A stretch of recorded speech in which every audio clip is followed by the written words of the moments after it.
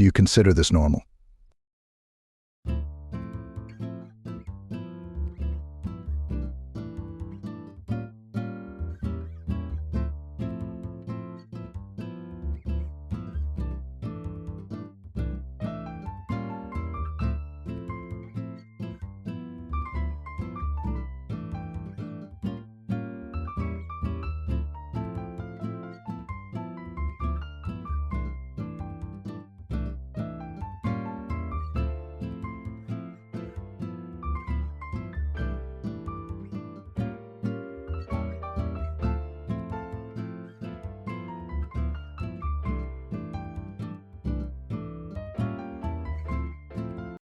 It's about time women understand that situationships don't evolve into commitment. They say that long-term relationships is what they are after, yet their actions speak otherwise. They get involved in non-committed arrangements without securing commitment, not even exclusivity, and later are shocked to realize they have been played.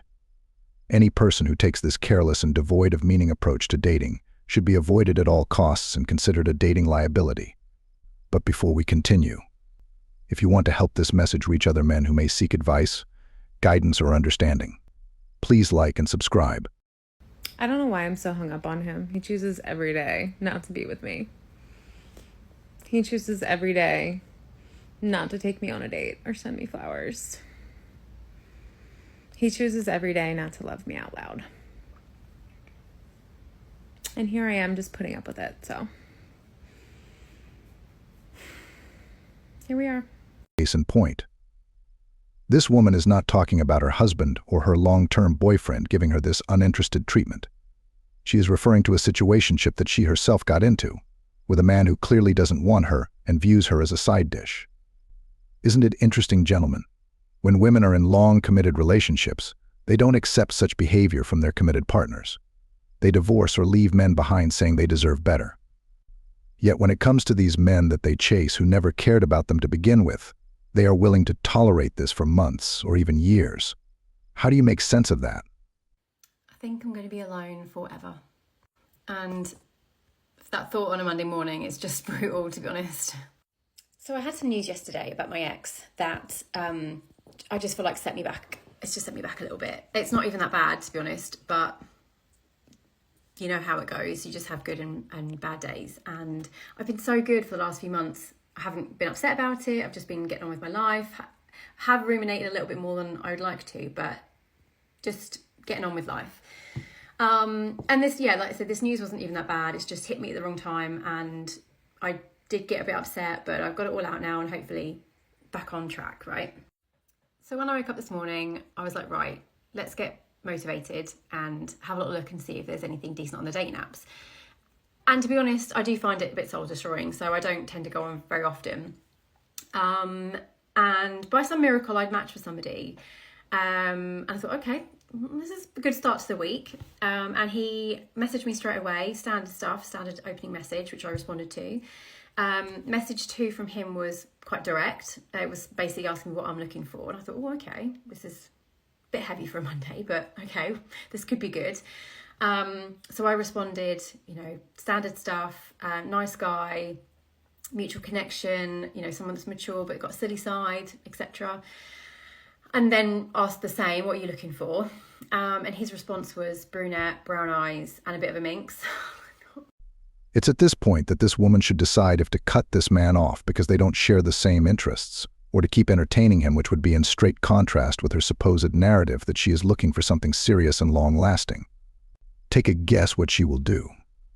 I think I know where this is going. So my response, I shouldn't bothered, but my response was, what do you define a minx? And bearing in mind, this was like 7:10 on a Monday morning at this point, and his reply was a high sex drive, and then proceeded to ask me what my favourite positions were.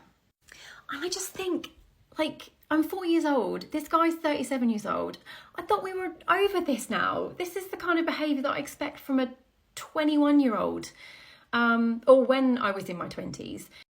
So when she was in her 20s, she not only accepted, but probably chased after this behavior and treatment from men. Now that she is 40, though, she feels offended to be viewed in the same manner in which she has marketed herself for the past 20 years. I just don't think that I'm never going to meet anybody. Yeah. And I'm probably going to get a bit hate for this, and I'm sure there are so many nice guys out there. But I've been in relationships before where there hasn't been that attraction. And I think it's really important, certainly to start with. And this is the problem with dating apps, because you're trying to judge people on a handful of photos.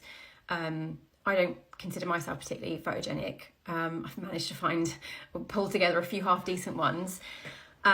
So, yeah, I mean, and quite often you have to meet a person because there's so much more about them that makes them attractive, like the way they carry themselves, the way they speak. But, like, I can't go on dates with everybody. I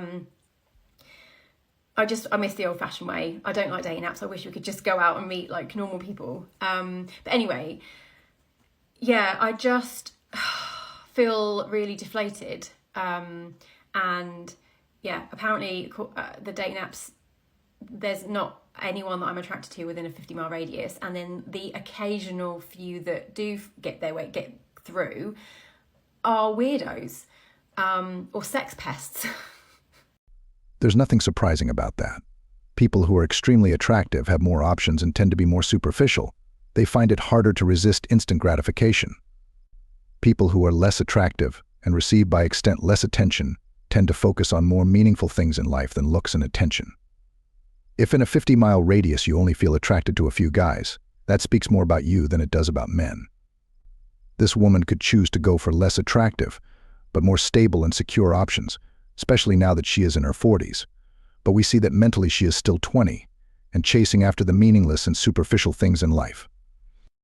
So, yeah, where do people meet? Like I've asked people now, join a club. Join a club? I'm not 15. So yeah, feel a bit deflated this morning and just feel like this could be my lot. She thought that she can have her fun with men in her 20s and then secure a rich, handsome, and stable man in her 40s. Now she is left without the looks to secure handsome men and without the wits to secure a providing and loving one. You can't have your cake and eat it too. Focus on the important and lasting things in life, or you will end up with nothing. It's now been like 3 months, so it's just like in my mind, I'm like, I just want to be done. Like, I don't want to cry. First of all, this is super relatable, and I've been upset way longer than 3 months over a man that I didn't even date. But the thing that gets me through it is just knowing. Just remind yourself that in 6 months, maybe sooner, maybe a little longer, you're going to look back on this and think, oh my God, ooh, I can't believe that I ever shed a tear over that loser of a human. You're going to look back and you're not even going to care, even the slightest, about who this man is. And you might even feel slightly bad for him when you learn like where he is now. Or maybe you won't, because you just won't care that much. So you'll be fine. Everything works out. And just remember, this feeling is temporary. And then you'll just, forget he even existed. Okay, bye. Most people have been through at least one bad relationship. But something that's worth keeping in mind is intelligent people learn from their mistakes. Wise people learn from other people's mistakes. In modern day dating, a lot of men are turning their backs on marriage, on online dating, and on women altogether. Why? Because men see their relatives getting divorced constantly. They see their paternal figures losing a lot of money in the unfair and biased judicial system. They see their male friends getting cheated on and left behind. They see other men spend years on the dating apps with little to no success, spending tons of money and time on fruitless arrangements. This is why men have stepped away from dating. They don't need to get into a marriage to learn the dangers of no-fault divorce. They don't need to get into a relationship to learn what monkey branching is. They don't need to install dating apps to learn how devastating for a man's self-esteem, sanity, and peace they are. They know that the women who are worth the chase are not found in clubs, TikTok, or dating apps. And they know all of that without the need of getting hurt because they are wise. The question left unanswered is, if these women see on a daily basis the consequences of online dating, hookup culture, the bitter end of situationships and talking stages, the crushing destruction that extreme feminism and hedonism bring to a female life, why do they keep engaging in that? Thank you for watching. Please like and subscribe, and remember to leave your opinions below. See you in the next one.